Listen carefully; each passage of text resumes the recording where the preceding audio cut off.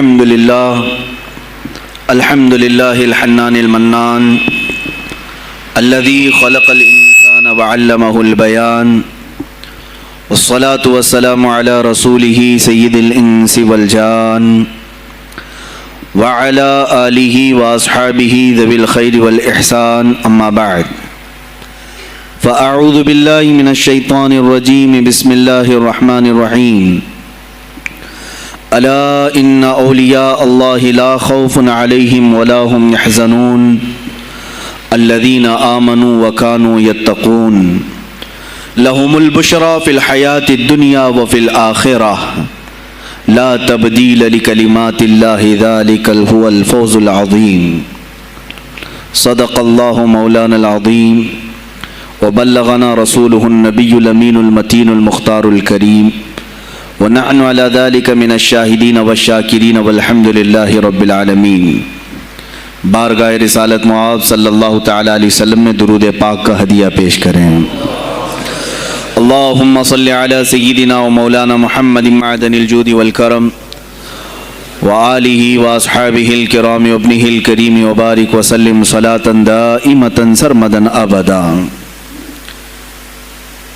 آج کی یہ محفل پاک سلطان الاولیاء سراج الاصفیاء شہنشاہ بغداد تاجدار ولایت شہباز لامکانی قندیل سبحانی محبوب سبحانی سیدنا عبد القادر جیلانی قدس اللہ سرہ الشریف کی بارگاہ میں خراج عقیدت کے لیے منعقد کی گئی ہے۔ اس دربار میں میں اپنی گفتگو سے پہلے ان کے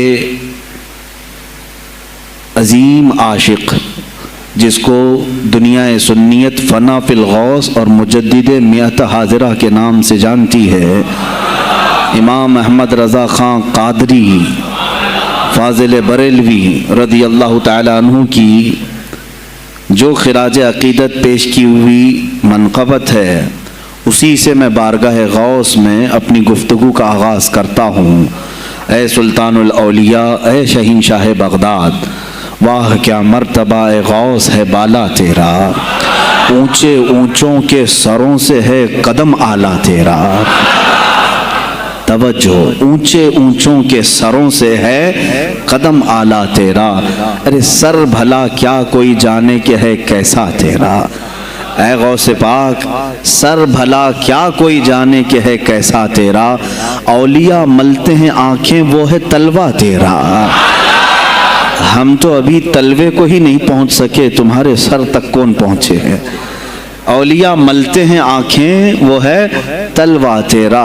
وہ شہنشاہ بغداد اگر ممبر پر کھڑے ہو کر کے اعلان کر دے قدمی ہادی علی رقبت کل ولی اللہ، میرا یہ پاؤں تمام اولیاء کی گردنوں پر ہے، تو پھر ہند کے خطے سے معین الدین اجمیری بھی یہ کہتے ہوں کہ بل علی رأسی و علی عینی، اے سلطان الاولیاء صرف آپ کا قدم گردن پر نہیں میرے سر پر بھی ہے۔ اور پھر اولیاء کاملین نے پکار کر کے دربار غوث میں یوں کہا تھا جب آپ نے اعلان کیا میرا یہ قدم اولیاء کی گردنوں پر ہے، جس کی گردن بنی ممبر اولیاء، جس کا ممبر بنی گردن اولیاء، اس قدم کی کرامت پہ لاکھوں سلام۔ انہوں نے جب اعلان کیا تو کیا اولیاء کاملین نے جواب میں کیا کہا تھا؟ جواب میں کیا کہا تھا؟ غوث پاک نے جب بغداد سے پکارا تو پورے مشرق و مغرب شمال و جنوب کے اولیاء نے یوں کہا تھا، یہ دل یہ جگر ہے، یہ آنکھیں یہ سر ہے۔ یہ دل یہ جگر ہے، یہ آنکھیں یہ سر ہے، جہاں چاہو رکھو قدم غوث اعظم۔ گردن ہی کیا ہے، یہ دل ہے، یہ جگر ہے، یہ آنکھیں ہیں، یہ سر ہے، آپ کی مرضی جہاں ہو میرے آقا آپ قدم رکھتے ہیں، جہاں چاہو رکھو قدم غوث اعظم۔ عزیزان گرامی وقار، تاجدار بریلی نے شہنشاہ بغداد کی بارگاہ میں پیش اس طرح سے کیا کہ جو ولی قبل ہوئے یا بعد ہوئے سب ادب رکھتے ہیں دل میں میرے آقا تیرا، سارے اقطاب جہاں کرتے ہیں کعبے کا طواف، کعبہ کرتا ہے طواف در والا تیرا۔ اے شہنشاہ بغداد، تیری میری قسمت کی قسم کھائیں سگانے بغداد، ہند میں رہ کے بھی دیتا رہوں پہرا تیرا۔ ہند میں رہ کے بھی دیتا رہوں پہرا تیرا۔ سرکار بغداد کی بارگاہ میں پھر استغاثہ کرتے ہوئے اعلیٰ حضرت بریلوی رحمۃ اللہ تعالی علیہ یوں عرض کرتے ہیں، اے شہین شاہ بغداد، تجھ سے در، در سے سگ، اور سگ سے ہے مجھ کو نسبت، میری گردن میں بھی ہے دور کا ڈورا تیرا۔ اس نشانی کے جو سگ ہیں نہیں مارے جاتے، جس کی گردن میں قادری پٹا ہو، جس کی نسبت سلسلہ قادریہ سے ہو گئی ہو، اس کے لیے اعلیٰ حضرت بریلوی فرماتے ہیں اس نشانی کے جو سگ ہیں، ہم کتا پاک ہیں شہنشاہ بغداد کے، اس نشانی کے جو سگ ہیں نہیں مارے جاتے، حشر تک میرے گلے میں رہے پٹا تیرا۔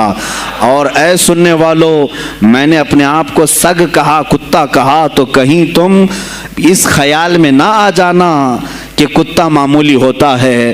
آگے اعلیٰ حضرت نے اس کا بھی سوایہ کر دیا، کیا دبے جس پہ حمایت کا ہو پنجہ تیرا، کیا دبے جس پہ حمایت کا ہو پنجہ تیرا۔ ارے شیر کو خطرے میں لاتا نہیں کتا تیرا، شیر کی تک پرواہ نہیں کرتا غوث پاک کا کتا۔ تو میں نے اپنے آپ کو کتا کہا تو اس بھول میں نہ رہ جانا کہ کتے کو کوئی بھی مار لے جائے گا، اٹھا لے جائے گا۔ ہم نے کہا ہے دربار غوث کا کتا جو شیر کو بھی خطرے میں نہیں لاتا ہے۔ عزیزان گرامی وقار، بارگاہ غوث میں جو جھوم کر کے اشعار امام احمد رضا خان فاضل بریلوی رحمۃ اللہ تعالی علیہ نے بیان کیے ہیں، وہی ہماری گفتگو کا خلاصہ بھی ہیں۔ سرکار بغداد سیدنا عبد القادر جیلانی رضی اللہ تعالیٰ عنہ، یقیناً آپ کے ولی کامل ہونے پر تقریباً پوری امت کا اتفاق ہے۔ اتفاق کا مطلب صرف بریلویوں کا نہیں، دیوبندی بھی مانتے ہیں، اہل حدیث بھی مانتے ہیں، شیعہ بھی مانتے ہیں۔ غوث پاک رضی اللہ تعالیٰ عنہ کی ولایت سے ان میں سے کسی کا انکار نہیں۔ آج بھی بغداد میں جائیں، لنگر بٹ رہا ہوتا ہے، شیعہ بھی کھا رہے ہیں۔ غوث پاک رضی اللہ تعالیٰ عنہ کا لنگر آج بھی بٹ رہا ہے۔ بغداد کی وہ ایک ایسی بارگاہ ہے جہاں سنی اور شیعہ دونوں ہیں، دونوں تسلیم کرتے ہیں ان کی ولایت کو۔ اب رہے بات اہل حدیث کی یا دیوبند کی، ان کی کتابیں اٹھاؤ تو پتہ چل جائے گا کہ غوث پاک کے متعلق انہوں نے کیا کیا نہیں لکھا۔ پیر پیراں، میر میراں، شہین شاہ بغداد، بلکہ شیخ ابن تیمیہ جو ہر ولی کی تنقید کرتا تھا، ہر صوفی پر طعن و تشنیع کرتا رہا، اس نے اپنی کتاب میں لکھ دیا کہ میرے پاس اتنی تواتر تک، تواتر کہتے ہیں اتنے لوگوں کا بیان کرنا کہ جن کا جھوٹ پر جمع ہونا محال ہو۔ شیخ ابن تیمیہ کہتا ہے میرے پاس اتنی تواتر سے کسی اور کی کرامتوں کا ذکر نہیں پہنچا جتنا شیخ عبد القادر جیلانی کا پہنچا ہے۔ الفضل لما شہید بہ الاعداء، فضیلت تو اس کی ہے جس کی دشمن بھی گواہی دے رہے ہوں۔ عزیزان گرامی وقار، سرکار بغداد رضی اللہ تعالیٰ عنہ کی ولایت پر تقریباً امت کا اتفاق، بعد میں آنے والے سارے مسلمان انہیں ولی مانتے ہیں۔ اور یہ اور بات ہے کہ ولایت تک سب کا اتفاق ہے، اب غوث کے مقام کے متعلق الحمدللہ ہم منفرد ہیں اس میں، اس لیے کہ ہم انہیں غوث اعظم بھی کہتے ہیں، استغاثہ بھی کرتے ہیں۔ یہ ایک الگ ٹاپک ہے جہاں شرک، بدعت اور کفر کے فتوے لگتے ہیں کہ بریلوی اللہ کو چھوڑ کر اولیاء سے مانگتے ہیں، اور یہ بیویوں سے مانگ لیں تو کوئی حرج نہیں، ہاں اپنے بچوں سے مانگ لیں تو کوئی حرج نہیں، بلکہ چپراسی اور نیتاؤں سے مانگ لیں تو کوئی حرج نہیں۔ کسی صاحب نے آ کر کے مجھ سے کہا تھا آپ غوث اعظم کیوں کہتے ہیں؟ اعظم اللہ ہوتا ہے سب سے اعظم، غوث کہیں ٹھیک ہے۔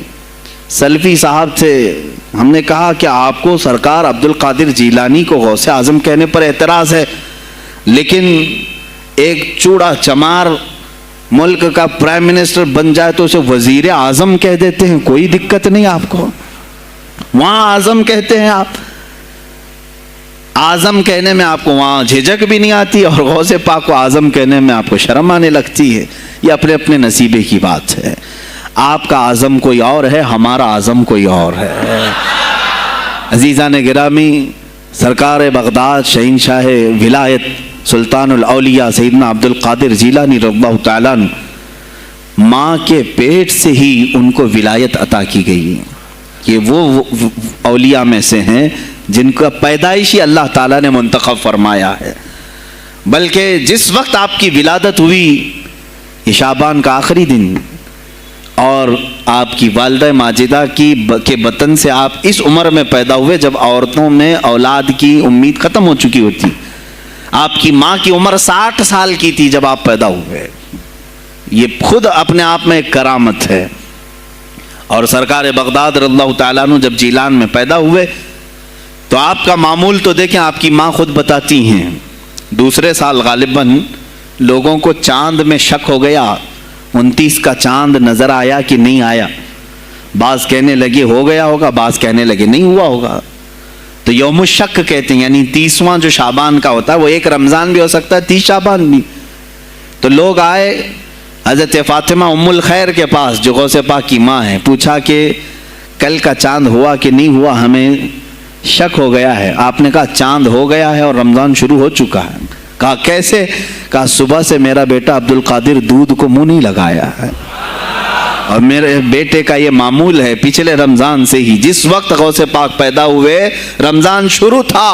ان کی ماں کہتی ہیں سحری سے لے کر افطار تک غوث پاک اپنی ماں کا دودھ نہیں پیتے تھے. یہ بچپنے میں ماں کی گود میں روزے کا آپ کے اوپر کوئی مکلف نہیں تھے، آپ احکام شریعت ابھی آپ کے اوپر لاگو نہیں تھے، لیکن اللہ کا ایک ولی آتا ہے تو وہ نظام خدا قائم کرنے کے لیے آتا ہے. آج میں اسی پر گفتگو کرنا چاہوں گا. اللہ کے اولیاء ظاہر کیوں ہوئے دنیا میں اور کیوں آتے ہیں؟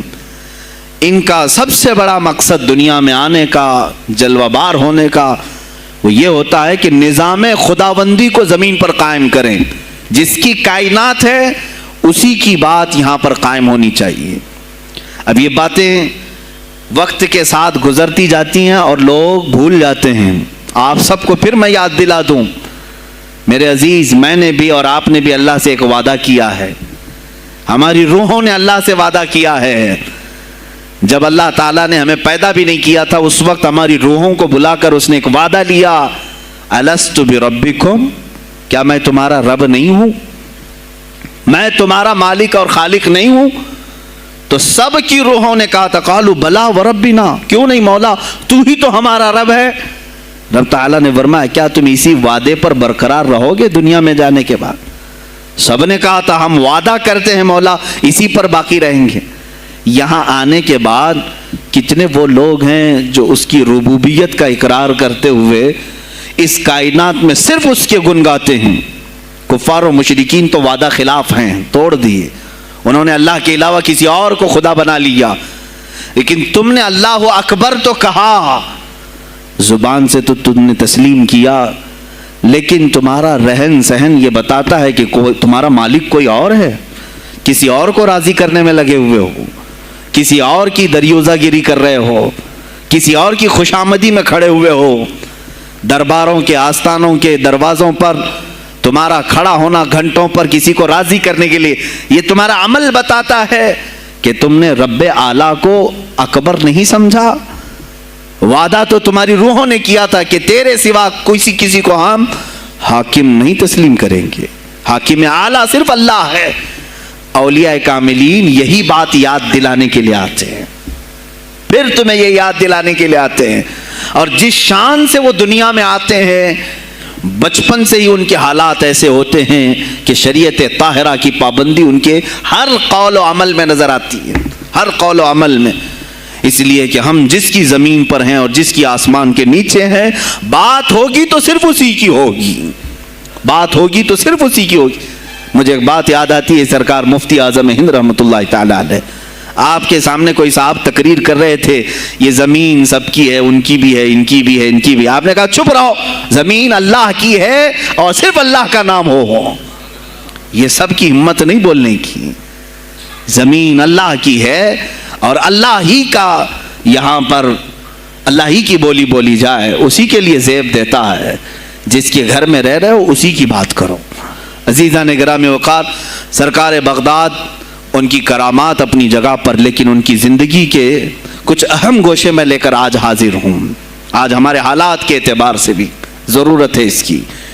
جب آپ پروان چڑھتے رہے اپنی ماں کی گود میں، بہت جلدی آپ کے والد گرامی کا انتقال ہو گیا.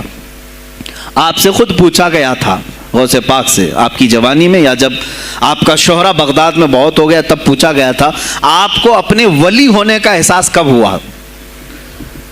غوث پاک سے ہی پوچھا گیا تھا آپ کو کب پتا چلا اللہ نے آپ کو ولایت کا یہ مقام عطا کیا؟ آپ فرماتے ہیں جب میں 10 سال کا تھا، مدرسے جاتا تھا تو غیب سے ایک آواز آتی تھی، افصحوا فی المجالس لولی اللہ، غیب سے آواز آتی تھی اے لوگوں مجلس میں جگہ چھوڑ دو، اللہ کا ولی آ رہا ہے۔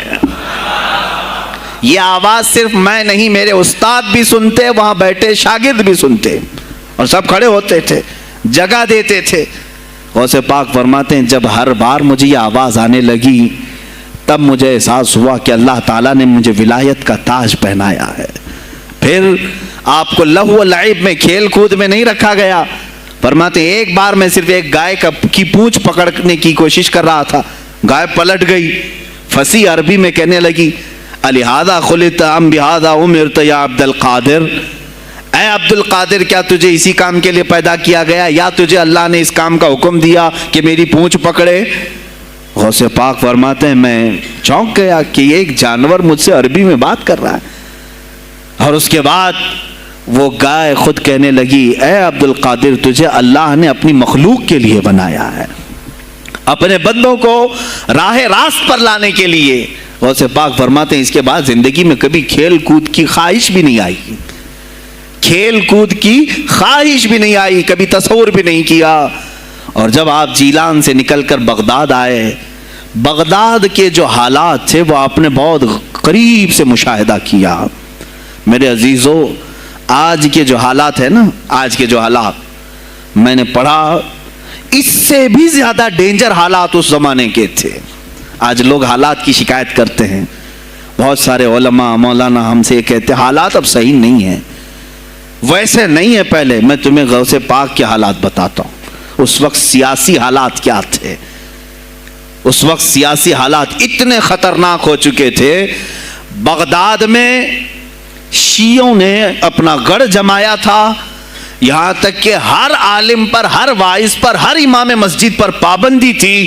سیدنا ابو بکر صدیق اور حضرت عمر کا کوئی نام نہیں لے سکتا تھا، کوڑے مارے جاتے تھے۔ شیخین کا اگر کسی نے نام لے لیا کسی عالم نے، کوڑے مارے جاتے تھے۔ خلیفہ واثق باللہ تک یہ تاریخ چلی بغداد میں، اور سلطنتیں ٹوٹ چکی تھیں۔ سیاسی حالات اس قدر خراب ہو چکے تھے، چھوٹی چھوٹی ٹکڑیوں میں بٹ چکے تھے مسلمان۔ مصر کی طرف دیکھیں تو فاطمی حکومت قائم ہو گئی تھی، وہ اپنے آپ کو فاطمی کہہ رہے تھے۔ بغداد میں عباسی خاندان حکومت کر رہا تھا، اور وہ بھی سمٹ کر کے صرف بغداد کے اطراف رہ گئی بس۔ پھر ترکی کی طرف دیکھیں تو سلجوکی خاندان تھا، ایک ایک ٹکڑا حکومت کر رہا تھا، اور یہی آپس میں دست بگریباں تھے، ایک دوسرے سے لڑ رہے تھے۔ اور پھر پلس اس پر ایسا کہ بازنطینی جو عیسائی تھے، صلیبی تھے، ان سلطنتوں کو آپس میں لڑا کر کے اس قدر شدت پیدا کر چکے تھے کہ بغداد والا مصر نہیں جا سکے، مصر والا ترکی نہ آ سکے۔ پھر ادھر بخارا، سمرقند، نیشاپور، یہ جو رشیا میں ہیں آج، ازبکستان وغیرہ میں، یہاں الگ ایک سلطنت قائم تھی، اور ہند میں الگ کفرستان تھا۔ سب جگہ الگ الگ حالات تھے، اور مسلمانوں کے لیے اس زمانے میں ایسے حالات ہو گئے جیسے لاک ڈاؤن ابھی کا سیم۔ میں آپ کو بتا دوں سچویشن، لاک ڈاؤن میں کیا ہوا تھا معلوم ہے؟ یہ ہمارے طلبہ دیکھیں 8 مہینے سے بیٹھے ہوئے ہیں، مدارس میں نہیں گئے، حفظ قرآن کر رہے تھے، عالم دین بن رہے تھے، مدرسے بند ہیں نا، گھروں میں بیٹھے کچھ تو آوارہ گردی کر رہے ہیں۔ اسی طرح کالج کے بچے بھی، اسکول کے بچے بھی، سب چھوٹے ہوئے ہیں لاک ڈاؤن کی وجہ سے۔ سیم یہی سچویشن اس زمانے میں ہوئی۔ بغداد علمی مرکز تھا، کوفہ اور بصرہ علم کے مرکز تھے۔ آپسی رنجشوں کی وجہ سے بادشاہوں کی طلبہ ایک جگہ سے دوسری جگہ کا سفر نہیں کر سکتے تھے، بغداد کے سارے مدرسے بند پڑے ہوئے تھے، کیونکہ طلبہ آ نہیں سکتے۔ کہاں سے آئے تم؟ مصر سے آئے، واپس جاؤ، اس سلطنت میں کیا کر رہے ہو؟ اس طرح کی سختیاں، یہاں تک کہ یہی زمانہ ہے جب حسن بن صباح نام کا ایک ایسا منافق جس نے اس زمانے کے بادشاہوں کو خرید لیا اور کچھ لوگوں کو نشے کا خوگر بنایا. حشیشین وغیرہ آپ نے سنا ہو, صلاح الدین ایوبی کا زمانہ ہے. غوث پاک سے صرف 4 سال بعد صلاح الدین ایوبی آئے, صرف 4 سال بعد.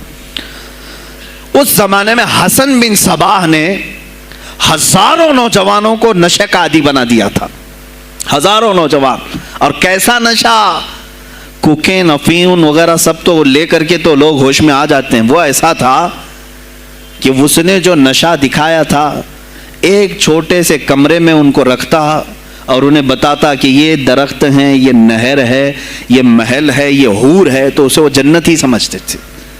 اور پھر اس کمرے سے باہر نکالتا اس کو, تڑپ تڑپ کے آدمی مر جاتا کہ مجھے میری جنت میں واپس کرو. وہ جنت نہیں, کمرہ ہوتا تھا, لیکن نشہ اسے ایسا کرایا جاتا تھا کہ اس کمرے کو وہ جنت سمجھنے لگتا تھا. اور ان نوجوانوں سے کیا کرایا جاتا تھا, ان کو نشے کا عادی بنا کر کے باہر نکالا جاتا, انہیں ٹارگیٹ دیا جاتا, فلاں مجلس میں جاؤ, فلاں خلیفہ کو قتل کرو, فلاں وزیر کو مارو, فلاں سپاہیوں کو مارو, فلاں عالم دین کا قتل کرو. اور وہ اپنا ٹارگیٹ پورا کر کے آتے, اس لیے کہ انہیں نشہ چاہیے تھا. وہ 1 دن 2 دن سے زیادہ اس نشے کے بغیر رہ نہیں پاتے ہیں. وہ اپنا ٹارگیٹ کرنے کے لیے اپنی جان بھی جوخم میں ڈالتے ہیں. اس طرح کے کئی حملے خلفاء پر کرائے حسن بن صباح نے. اور جانتے ہیں, میں نے آج تاریخ دیکھی, حسن بن صباح نے علماء اہل سنت کو, اس زمانے کے 40,000 علماء کو قتل کرایا. یہ وہ زمانہ تھا جب بغداد کا حال یہ تھا کہ نشہ زیادہ ہو چکا تھا, علم دین کے مراکز بند ہو رہے تھے, اور علماء بولنے میں ہچکچا رہے تھے, ڈر رہے تھے, اور سلطنتیں آپس میں ایک دوسرے سے ٹکرا رہی تھیں. جو خلیفہ بیٹھتا وہ نہایت عیاش قسم کا خلیفہ آتا تھا. اکثر خلیفہ عیاش آئے, ان کے حریم میں, ان کے حرم خانے میں, یعنی ان کے محل میں 40 عورتیں ہوا کرتی تھیں جن کے ساتھ وہ وطی کرتے, جمع کرتے. جبکہ وہ مسلمان خلیفہ ایک بادشاہ کے لیے, چاہے کوئی بھی ہو, 4 سے زیادہ کی اجازت ہے, 40 کنیزاؤں کے ساتھ وہ زندگی گزار رہے ہوتے. اس میں عیسائی بھی ہوتی, یہودی بھی ہوتی, سب قسم کی ہوتی. یہ خلفاء کا حال تھا. تم کیا کہہ رہے ہو ہمارے زمانے کو؟ ارے حالات برے ہیں, حالات برے ہیں. ابھی اور میں بتاؤں کتنے برے حالات اس زمانے میں تھے. علماء کو کوڑے مارے جاتے تھے اگر بولے. ارے شیخین کا نام لینے پر پابندی بغداد میں لگ گئی ہو, اس سے بڑا اور ظلم کیا ہو سکتا ہے؟ سیدنا ابو بکر صدیق, حضرت عمر کا نام لینے پر کوڑے مارنے لگائے جاتے. ایسے حالات میں شہنشاہ بغداد سیدنا عبد القادر جیلانی بغداد آئے ہیں جب آپ کی عمر صرف 18 سال کی تھی. 18 سال کی جوانی میں آپ نے ملاحظہ کیا, حالات کو دیکھا, تعلیم حاصل کی بڑے بڑے اساتذہ سے. آپ کے اساتذہ فقہ میں الگ ہیں, حدیث میں الگ ہیں, تفسیر میں الگ ہیں, علم کلام میں, کئی علوم و فنون پہ آپ نے مہارت حاصل کی. اس کے بعد حالات دیکھ کر کے آپ نے کیا کہا, یہ اب یہاں سے میں ہر ایک عالم دین کے لیے بشمول من میرے لیے نصیحت سمجھتا ہوں, غور سے سن لیں. غوث پاک رضی اللہ تعالیٰ عنہ کی زندگی میں ایک موڑ ایسا آیا, اور شاید میں نے بھی کبھی کئی مرتبہ اس طرح سوچا ہے, میں کمپیئر نہیں کر رہا ہوں, لیکن سنیں, حالات کو دیکھ کر کے غوث پاک نے جنگل کا رخ اختیار کر لیا. کیا لینا دینا ہے اس دنیا سے؟ اور آپ خود فرماتے ہیں کہ میرے دل میں یہ ارادہ تھا, نہ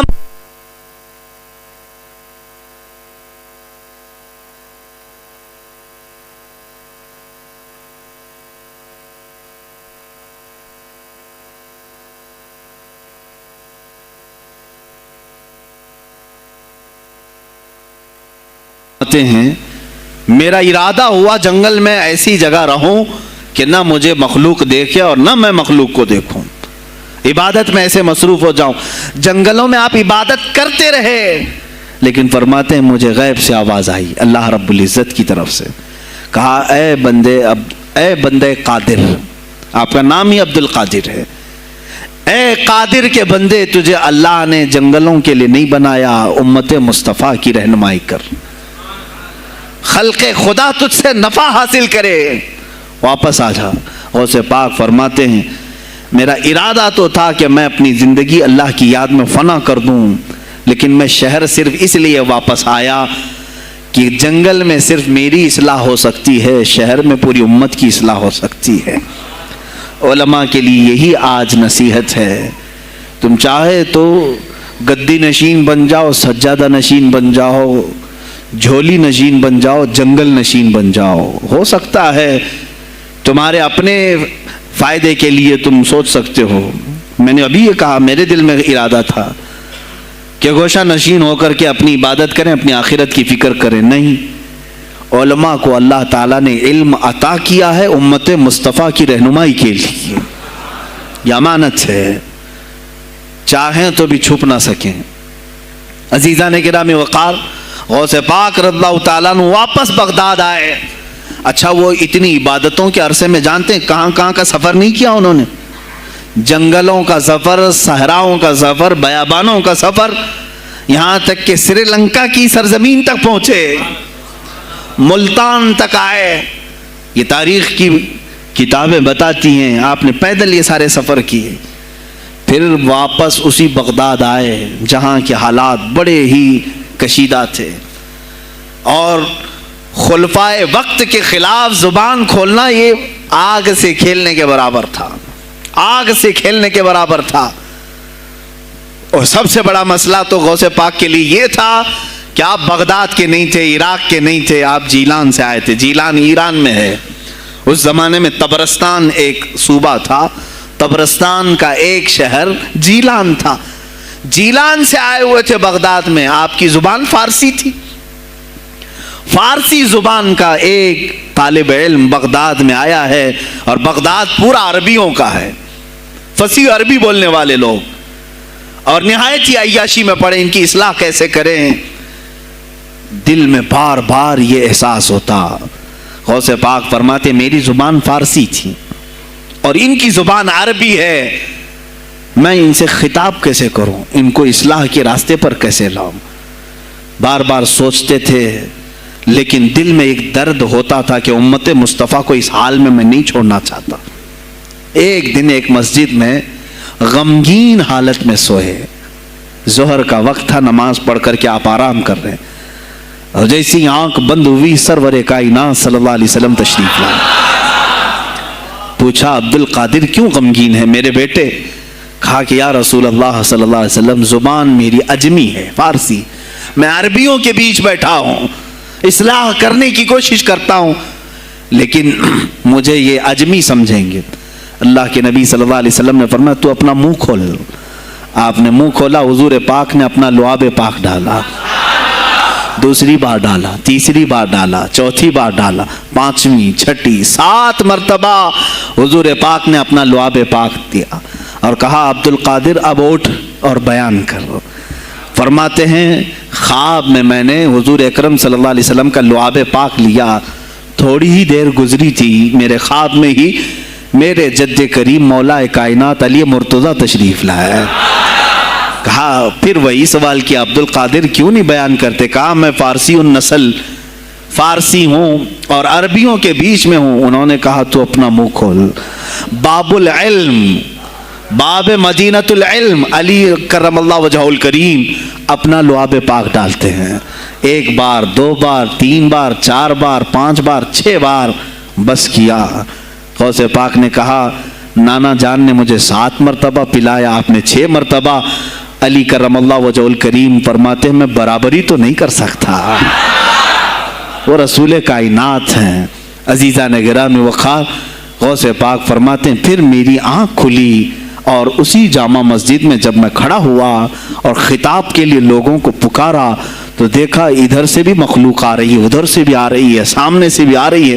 مجمع اتنا کثیر کہ تل دھرنے کی جگہ مسجد میں نہیں تھی، اور جب آپ کا خطاب ختم ہونے کو تھا لوگ اپنے کپڑے پھاڑنے لگے اور بے ہوش ہونے لگے۔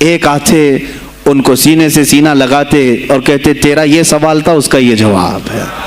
دوسرا آتا اس سے کہتے تو یہ گھر سے سوچ کے آیا تھا، تیرا سوال یہ ہے، اس کا جواب یہ ہے. اس طرح 40 سے مصافحہ کیا، معانقہ کیا.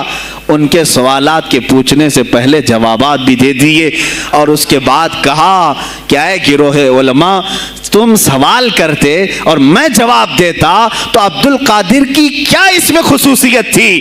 تم سوال بھی نہ کرو، میں جواب دوں، تب پتا چلے گا کہ میں بندہ قادر ہوں، میں قادر کا بندہ ہوں.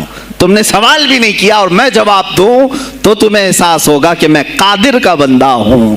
اللہ رب العزت کا کی صفاتی نام ہے. عزیزان گرامی وقار، علماء نے تنگ کیا، پریشان کیا، آپ کے مجموعوں کو روکنے کی کوشش کی، لیکن ایسا نہیں ہے کہ غوث پاک نے ہر ایک کو اپنی کرامت سے زیر کر دیا ہو، ان علماء کو پورا سلا دیا ہو. نہیں، فیس کیا ہے، مقابلہ کیا ہے، پریشانیاں اٹھائی ہیں. اور خلفاء کے وقت کے سلاطین کی بھی بہت ساری ایسی سختیاں تھی جس کو آپ نے برداشت کیا. کئی لوگوں نے آپ پر پابندیاں لگانے کی کوشش کی تھی. یہ تو سرکار غوث پاک کی استقامت تھی کہ آپ جمے رہے. اور سب سے بڑا کام آپ کا کیا تھا معلوم؟ خانقاہ کے گدی نشینوں، غور سے سنو، جو غوث پاک کا نام لیتے ہیں، سرکار غوث پاک رضی اللہ تعالیٰ عنہ کی اس صفت کو میں بیان کروں تو یہ بغلیں جھانکیں گے. ابھی غوث پاک نے سب سے بڑا کردار کیا کیا جانتے ہیں آپ؟ لوگ کہتے ہیں خانقاہی ماحول قائم کرنا ہے، اللہ اللہ کرو، تسبیح لو، دلوں کی صفائی کرو، سب صحیح ہے، لیکن غوث پاک نے تقریباً 25 سال صرف جہاد پر بیان کیا ہے. صرف جہاد پر کہا کہ اے گروہ مسلمین، تم پر اللہ نے ذلت مسلط کر دی ہے اس لیے کہ تم نے کوششیں ترک کر دی ہیں. حکومتوں کو صحیح کرنے کے لیے آپ نے باغ ڈور سنبھال لی تھی. غوث پاک جب بیان کرتے منبر سے تو وقت کا جو تخت تھا وہ بھی ہلنے لگ جاتا تھا. خلیفہ مستنجد باللہ اس زمانے کا خلیفہ ہے اور تنگ آ گیا غوث پاک کے پاس. جب وہ بیان کرتے اور ان کی عیاشیاں کھول کھول کر کے ذکر کرتے تو لوگوں میں اب احساس جاگنے لگا، کوئی تو اللہ والا آیا ہے جو نظام خداوندی قائم کرنے کی بات کر رہا ہے، نظام مصطفیٰ قائم کرنے کی بات کر رہا ہے. بغداد کی یہ حالات جب ہونے لگے میرے عزیزو، سلطان الاولیاء غوث پاک کی ہی شہ پر جانتے ہیں صلاح الدین ایوبی جیسا ایک مرد مجاہد پیدا ہوا ہے. یہ آپ کی تحریک تھی، غوث پاک کی تحریک تھی کہ جب بازنطینی عیسائیوں سے آپ نے اپنی پوری امت کو آگاہ کیا کہ تم سو رہے ہو، تم اپنی عیاشیوں میں ہو، تم اپنے نشے میں ہو، تمہارا دشمن تاک میں لگا ہے، گھات لگا کر کے بیٹھا ہے. اور ہوا بھی یہی کہ غوث پاک کے وصال کے صرف 10 سال بعد صلیبیوں نے حملہ شروع کر دیا بغداد پر، مصر پر، ترکی پر، ہر جگہ. اور یہی حملے کی وجہ تھی صلاح الدین ایوبی جیسا مرد مجاہد کھڑا ہوا اور پھر انہوں نے پورے بیت المقدس کو فتح کر کے اپنے سر ایک صحرا باندھا. آج تک امت اس کے احسان کو یاد کرتی ہے. میرے عزیزو، غوث پاک کے زمانے کے ہیں صلاح الدین ایوبی. اتنا ہی نہیں، آپ ہی کی تحریک تھی، غوث پاک کی تحریک تھی کہ تم جوانوں کو تیار کرو، تمہاری زندگی عیاشی کے لیے نہیں، اللہ کا نظام قائم کرنے کے لیے ہے. تم اللہ کا نظام قائم کرنے کے لیے آئے ہو دنیا میں، کیونکہ اللہ نے تمہیں خلیفۃ اللہ کہا ہے. اللہ کے تم خلیفہ ہو، تم نائب ہو اللہ کے. تم یہاں پر اپنی موج مستی کے لیے نہیں آئے. اب اس زمین پر بات ہوگی تو صرف میرے مولا کی ہوگی، اس زمین پر بات ہوگی میرے مصطفیٰ کی ہوگی. یہ سیدنا عبد القادر جیلانی کا اعلان تھا. ہے کوئی آج پیران اعظام وہ اعلان کریں کہ آج اس زمین پر صرف ہم ناموس رسالت کی بات کریں گے؟ کون ہے؟ کیوں بیٹھے ہو؟ غوث پاک سے اگر تمہاری ادنا سی نسبت ہے تو پھر تمہیں اپنے جوانوں کو، اپنے مریدوں کو یہ سکھانا ہوگا کہ موٹے موٹے نذرانے دینے سے نہیں چلے گا، اپنی گردنیں حضور کو پیش کرنے کے لیے تیار کرو. تم تیار ہو جاؤ اپنا خون اور اپنی گردن بارگاہ مصطفیٰ میں دینے کے لیے. یہ آج تربیت دو، ورنہ پھر دشمن تمہیں کچا چبانے کے لیے تیار ہے. کچا چھبانے کے لیے تیار. عزیزان گرامی، میں غوث پاک کی تحریک آپ کو بتا دوں کون سی تحریک تھی. وہ صلاح الدین ایوبی جو بیت المقدس فتح کیا، یہ غوث پاک کی تحریک ہے. اور پھر چند سالوں کے بعد پورے عالم اسلام میں جو خلافت عثمانیہ قائم ہوئی، غازی ارطغرل جو آئے، یہ تحریک بھی غوث اعظم کی پیدا کی ہوئی تھی.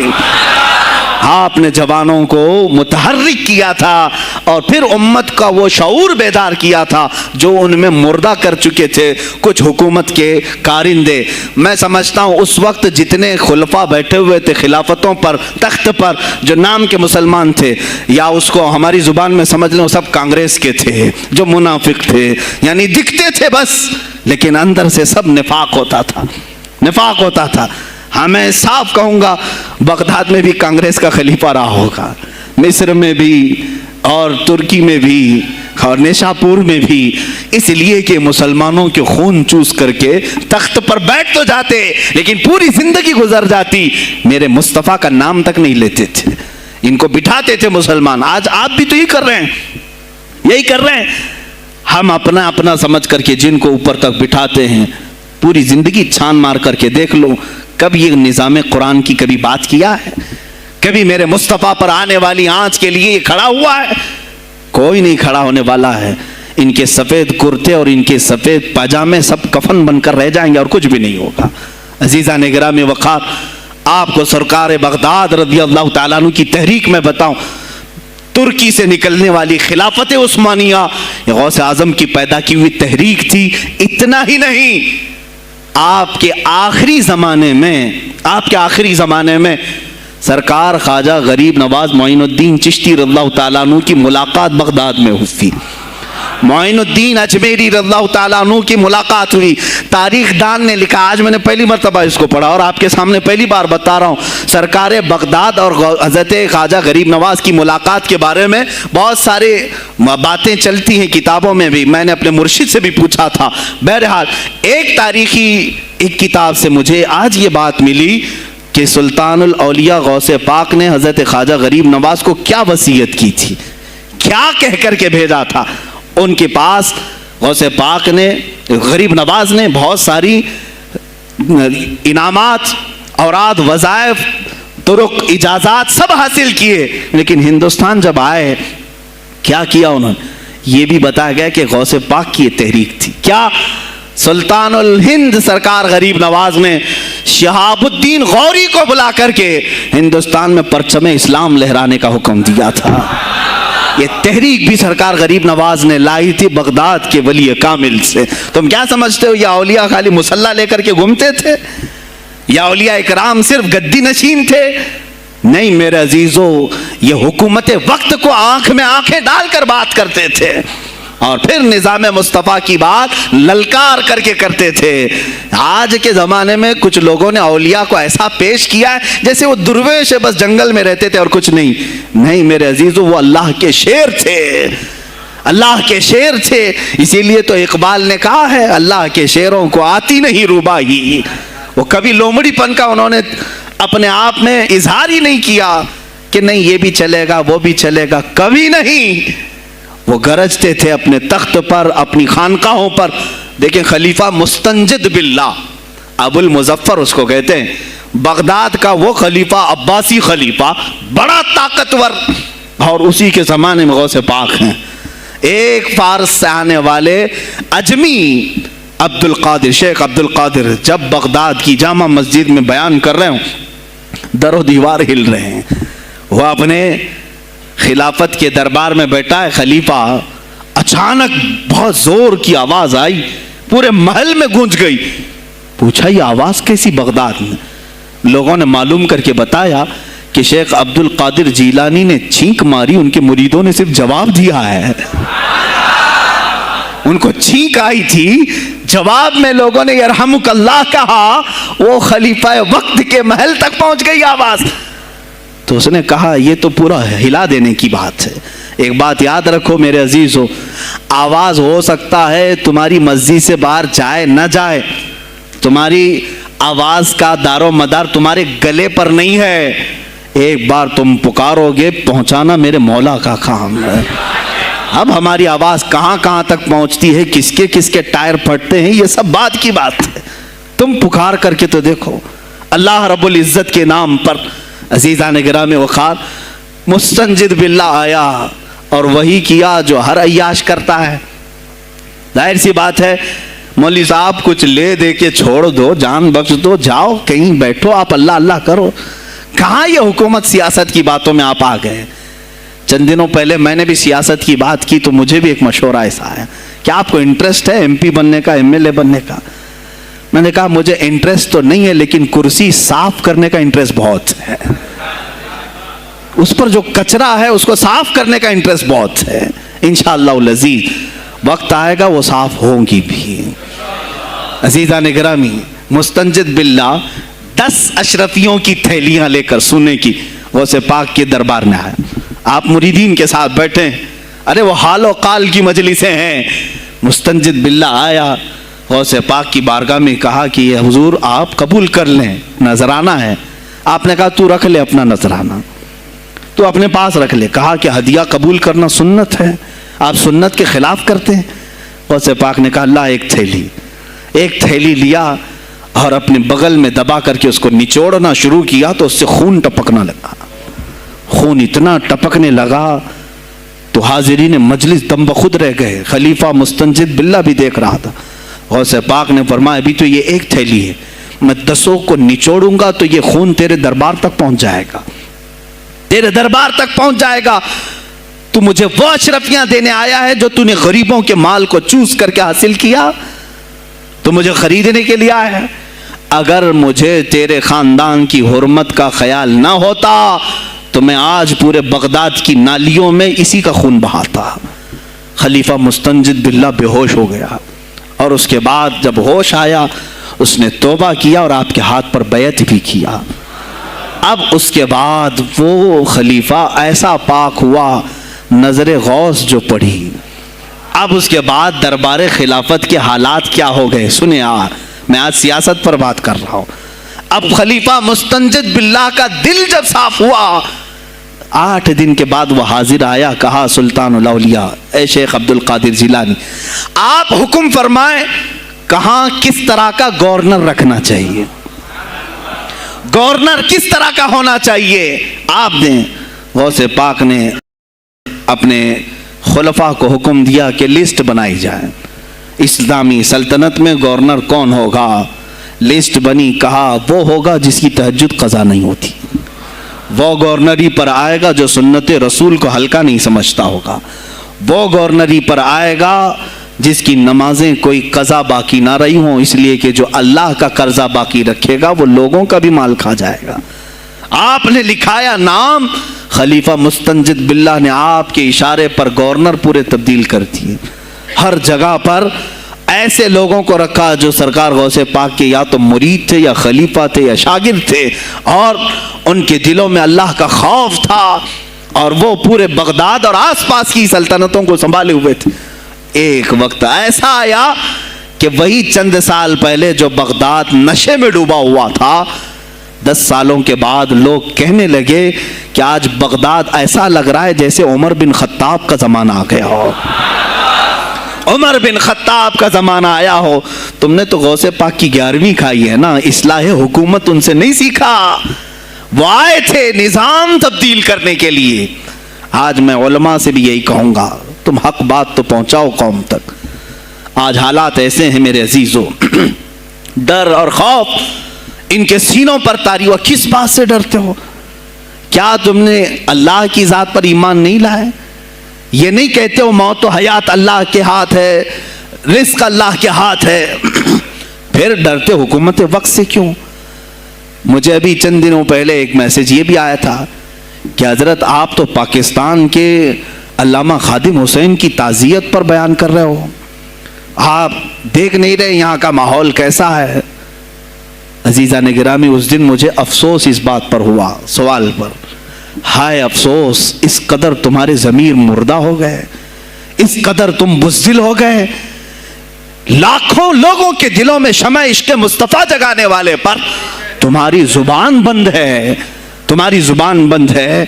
میں نے صرف ایک جملہ کہا, کوئی فرق نہیں پڑتا, میں اس ملک میں رہ رہا ہوں جہاں کا پرائم منسٹر ایک سور خبیث فرانس کے صدر کے لیے ٹویٹ کر سکتا ہے, تو میں پڑوسی ملک کی کسی عاشق رسول کی تعزیت کیوں نہیں کر سکتا؟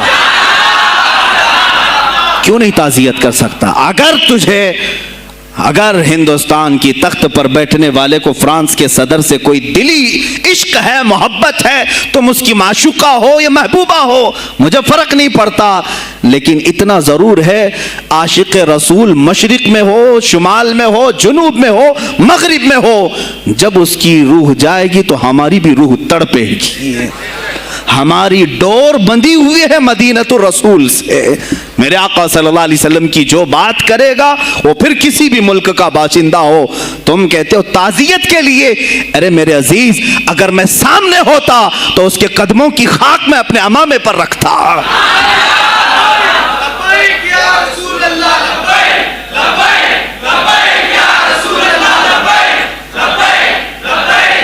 عزیزان گرامی وقار, یہ بہت خاموشی ہم نے اختیار کی, بہت خاموشی, کوئی بات نہیں. تم دیکھو گے حالات خراب ہونے کی جو شکایات آج کر رہے ہیں علماء, تم سب کے سب جاؤ گے. مجھے ابھی بچوں نے بتایا کوئی کانگریس کے لیڈر کا انتقال ہو گیا تو پیر صاحب تعزیت کے لیے باہر کھڑے ہو گئے, باہر آ گئے, ہم ان کی تعزیت کرتے ہیں. ڈوب مرو چلو بھر پانی میں, تمہاری گدی پہ ہی مر جاؤ. تمہاری زبانوں پر جب عاشق رسول کے لیے تعزیت کے الفاظ آنے میں ہچکچاہٹ آتی ہے, کون سا عشق رسول, کون سا کلمہ تم نے پڑھا ہے؟ غوث پاک کی اگر تمہارے اندر ذرا برابر بھی نسبت ہے تو میں کہوں گا میرے عزیزو, سلطان الاولیاء غوث پاک عاشق رسول ہی نہیں, فنا فی الرسول تھے. میرے نبی کی بات پر اگر کوئی انگلی بھی اٹھاتا, آپ یا تو اپنی کرامت سے اس کا منہ توڑ جواب دے دیتے. کسی عیسائی نے صرف یہ کہا تھا میرے نبی عیسیٰ افضل ہے, وہ مردوں کو زندہ کرتے تھے, آپ کو جلال آیا, کہا محمد افضل نہیں ہے اس لیے کہ وہ مردے زندہ نہیں کرتے تھے, آپ اس کا ہاتھ پکڑ کر قبرستان لے گئے. میرے نبی پر بات کرتا ہے, میں تجھے زندہ کر کے دکھاتا ہوں. اپنی کرامت سے مردے کو زندہ کر کے دکھایا. اب بول کون افضل ہے, عیسیٰ افضل ہے کہ میں افضل ہوں؟ تو نے تو عیسیٰ علیہ السلام کو مردے زندہ کرتے دیکھا تو نہیں, لیکن عبد القادر کو سامنے دیکھا. غوث پاک نے کہا میں اپنا موازنہ عیسیٰ علیہ السلام سے نہیں کرتا ہرگز, لیکن یاد رکھنا میرے نبی پر اگر زبان کھولے گا تو عبد القادر اپنے قدم سے اس کو جواب دے گا. وہ جواب دیتے. آپ کی زندگی ناموس رسالت کی حفاظت کے لیے گزری ہے. سلطان الاولیاء غوث پاک رضی اللہ تعالیٰ عنہ کی بارگاہ میں جب ایک سوال آیا کہ لوگ کہتے ہیں نبی ہر جگہ کیسے حاضر ہو سکتے ہیں, آپ نے خود کر کے دکھا دیا. کوئی صاحب آئے, کہا ہمارے گھر دعوت ہے, آپ تشریف لائیں, کہا ٹھیک ہے آتا ہوں. تھوڑی دیر بعد دوسرے آئے, کہا ہمارے گھر دعوت ہے آپ آئیں. سیم ٹائم پہ کئی 70 لوگ آئے, سب کی دعوت قبول کی. دوسرے دن شام میں لوگ آ کر کے فخر کر رہے ہیں, آج میرے گھر شیخ عبد القادر جیلانی آئے تھے. دوسرا کہہ رہا نہیں میرے گھر آئے تھے. تیسرا کہہ رہا میرے گھر آئے تھے. ایک وقت میں سب گھروں پر کیسے؟ سبوں نے کہا انہیں سے پوچھتے ہیں وہ کہاں گئے تھے. جب لوگ آئے تو سننے میں یہ آتا ہے کہ آپ ایک درخت کے نیچے بیٹھے تھے. لوگ سوال کرنے کے لیے آئے, سب آپس میں کہہ رہے ہیں ہمارے گھر آئے تھے, ہمارے, آپ بتائیں کیا کس کے گھر گئے تھے؟ تو انہوں نے کہا درخت کے اوپر دیکھو. تو لوگوں نے درخت کے اوپر نگاہ ڈالی تو دیکھا ہر پتے پر شکل عبد القادر نظر آ رہی ہیں. فرماتے ہیں اللہ نے عبد القادر کو یہ اتنی قدرت دی ہے کہ بیک وقت وہ کئی جگہوں پر حاضر ہو سکتا ہے. تو جب ایک غلام رسول کو اللہ نے یہ طاقت دی تو رسول مختار کو کتنی طاقت دی ہوگی. انہوں نے ناموں سے رسالت کو واضح کیا ہے. میرے عزیزو, اولیاء کاملین اسی لیے آتے ہیں, وہ نبی کا پرتو بن کر کے آتے ہیں, اور آج ان کے نام کی 11ویں کھا کر کے موٹے ہو رہے ہیں, بس اور کچھ نہیں. اور لوگ یہ سمجھتے ہیں نفس کو موٹا کر کے تم اپنی زبانوں میں گھی لگا چکے ہو, بولو گے تو پکڑے جاؤ گے, بولو گے تو تمہارے اوپر کیس ہو جائے گا. ہو نہیں تو میرے عزیزو, آج تو حالات ایسے ہیں. میں رو پڑا کل جب مجھے یہ رپورٹ ملی کہ صرف ہندوستان کی سوشل میڈیا پر 25,000 پوسٹ میرے نبی کی شان میں گالیاں دی گئی ہیں. 25,000 لوگوں نے گستاخی کی ہے.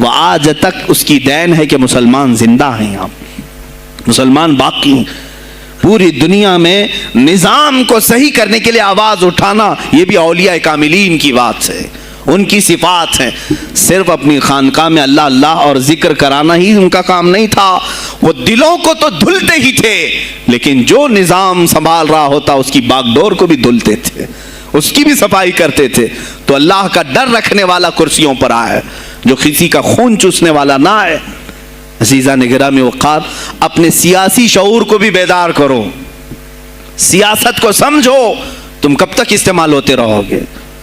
اب اس میں علماء کو بھی آنا چاہیے کہ ان کے سیاسی شعور کو بیدار کرے۔ تمہارے ساتھ آج جو کھیل کھیلا جا رہا ہے، تم ہر ایک کی جے وجے کرتے ہوئے ہر پارٹی کے پیچھے جاتے ہو، تم نے آج تک اپنا قائد نہیں ڈھونڈا، اپنا قائد نہیں ڈھونڈا۔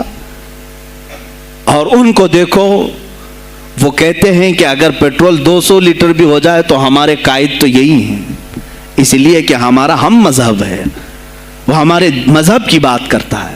تمہارا کون ہے میرے عزیز؟ تم کسی پر متفق نہیں ہوتے، اور جو تمہارے لیڈر ہیں وہ کسی اور کے پلو میں چھپے ہوئے ہیں، ہاں کسی اور کی گود میں بیٹھے ہوئے ہیں، جا جا کر کے یہ سارے مسلمانوں کو کسی اور کے ہاں بیچ کر کے آتے ہیں۔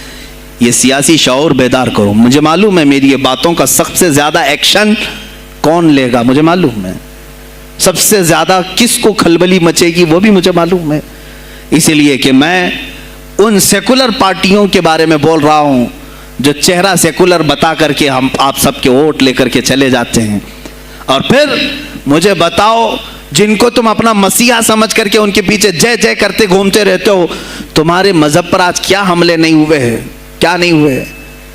کشمیر آج تک جل رہا ہے، کہاں یہ کانگریس کیوں نہیں بات کرتی ہے جو پورے مسلمانوں کی مسیحا ہے؟ کہاں ہے وہ سماجوادی، وہ بی ایس پی، فلاں فلاں فلاں جو پارٹیاں جن میں سب مسلمان جاتے ہیں؟ کیا ان کو اتنا بھی شعور نہیں کہ وہ پارلیمنٹ میں اس کے خلاف بات کریں، کہیں کہ یہ مسلمانوں کے ساتھ ظلم ہو رہا ہے، ہم ان کے ووٹ لیتے ہیں؟ نہیں بات کریں گے، یہ صرف اور صرف تمہیں استعمال کرتے ہیں، اور انہیں معلوم بھی ہے ہم نے ان سب کو خریدا ہے، ان کے لیڈروں کے منہ میں اپنی زبان رکھی ہوئی، یہ کوئی بولے گا نہیں، انہیں معلوم ہے۔ تمہیں یہ اندازہ نہیں میرے عزیزو، آج میں بولوں تو لوگوں کو تکلیف ہوگی۔ کشمیر کے ایسے حالات ہیں، رو رہے ہیں وہاں پر۔ ایک مولانا ہیں، مسجد کے امام ہیں، انہوں نے کہا باضابطہ حلفیہ کہا نوجوان میرے پاس نماز کے لیے آتا تھا، اس نے ایک کہا کہ حضرت کیا سوسائڈ کرنے کی اجازت ہے؟ کہا کیوں؟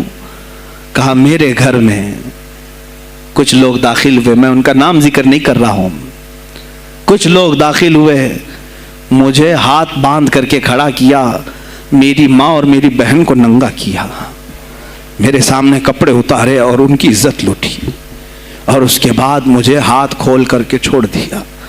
مجھے بتائیں اس کے بعد بھی جینے کا کوئی مقصد رہتا ہے؟ مجھے بتائیں اس کے بعد بھی جینے کا کوئی حاصل ہے؟ یہ سب تمہارے ساتھ بھی ہوگا۔ جہاں میجورٹی ان کی مسلمانوں کی تھی وہاں یہ ننگا ناچ کر کے دکھایا ہے، تو یہاں تو تم بہت قلت میں ہو، تمہارے ساتھ بہت کچھ ہو سکتے ہیں، اب بھی اگر خاموش رہے۔ اسی لیے میں بار بار کہتا ہوں اٹھو وہ گھر نہ حشر نہ ہوگا پھر کبھی، دوڑو کہ زمانہ چال اپنی چل گیا۔ تم اپنی سیاست کو منتخب کرو، تم اپنی قیادت کو منتخب کرو، اور اگر ابھی بھی سیاسی لاشعوری کی زندگی گزارتے رہو گے لقمے بنتے چلے جاؤ گے، یہ کھاتے چلے جائیں گے۔ بات میں سلطان الاولیاء غوث پاک کی کر رہا تھا، لیکن مجھے یہ حالات پر گفتگو ضرور کرنی ہے، اس لیے کہ مجھے معلوم نہیں ہے کہ میری زبان پر کب تالے لگائے جائیں گے یا میری گردن پر کب چھری پھیری جائے گی، مجھے اس کا اندازہ نہیں۔ لیکن اے مسلمانوں، تم میری ذات سے الجھتے ہو تو الجھ جاؤ، مجھے اگر بلیم کرتے ہو، تانے مارتے ہو تو مار لو۔ چند دنوں کی بات ہے، جب تک میری سانسیں چل رہی ہیں تب تک مجھے گالیاں دو گے، لیکن جس دن میں بھی دنیا سے جاؤں گا اس دن تم ہماری باتیں یاد رکھو گے، اس دن یاد کرو گے۔ مجھے اپنے بچوں کو یہی بتانا ہے کہ اب وہ دور آیا ہے جہاں ممبروں سے بھی بولنے میں اب گھبراہٹ ہے، لوگ اپنے خوف کے مارے ایسے ہیں کہ اپنی روزی روٹی کے چکر میں میرے مصطفیٰ کی گالیاں سننا برداشت کر رہے ہیں۔ دیتا ہے دینے دو نا، ہمارا کیا بگڑتا ہے؟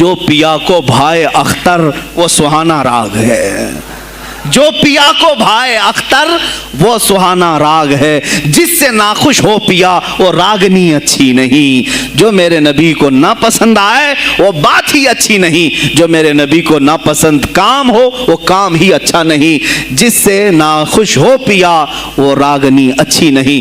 وآخر دعوانا الحمدللہ رب العالمین۔ السلام علیکم۔ خدمت پہ لاکھوں سلام مصطفیٰ جان رحمت پہ لاکھوں سلام، شمع بز میں ہدایت پہ لاکھوں، غوث اعظم کا دیکھو ذرا مرتبہ، ایک اشارے سے مردوں کو زندہ کیا، آج بھی لوگ کہتے ہیں غوث الورا، غوث اعظم امام التقیٰ والنقیٰ، جلوہ شان قدرت پہ کاش محشر میں جب ان کی آمد ہو اور بھیجے سب ان کی شوکت پہ لاکھوں سلام، مجھ سے خدمت کے قدسی کا ہے ہر رضا، مجھ سے خدمت کے قدسی کا ہے ہر رضا، مصطفیٰ جان رحمت پہ لاکھوں سلام، شمع بز میں ہدایت پہ لاکھوں، وہ رضا حضرت برنی کے شان ڈال دی قلب میں عظمت مصطفیٰ، جس کا سنی مناتے ہیں یوم رضا، اس امام اہل سنت پہ لاکھوں سلام، مصطفیٰ جان رحمت پہ لاکھوں سلام، شمع بز میں ہدایت پہ لاکھوں سلام، لا شرف النبی الاکرم محمد المصطفى صلی اللہ علیہ وسلم وآلہ واصحابہ واولیاء ملتہ وجميع المسلمین والمسلمات الکرام۔ الفاتحہ۔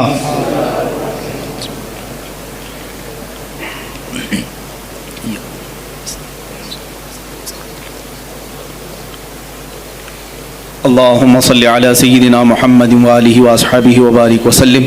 اللهم وصل وبلغ مثل ثواب ما قرأناه من القرآن الكريم، ما صليناه وما سلمناه وما هللناه وما سبحناه، وهذه هدية واصلة ورحمة نازلة وبركة شاملة منا إلى حضرة النبي الأكرم محمد المجتبى محمد المصطفى صلى الله عليه وسلم، وبوسيلته إلى جميع الأنبياء والمرسلين والصحابة والتابعين والخلفاء الراشدين، وإلى أرواح جميع أزواج رسول الله وبناته وبنيه، وإلى أرواح جميع الشهداء والنجباء والنقباء وأولياء الله الصالحين، وإلى أرواح أئمة المجتهدين وجميع المؤمنين والمؤمنات وعامة المسلمين والمسلمات الأحياء منهم والأموات، خاصة إلى روح سيدنا وسندنا وشيخنا وقطبنا سيدي عبد القادر الجيلاني قدس الله سره الشريف.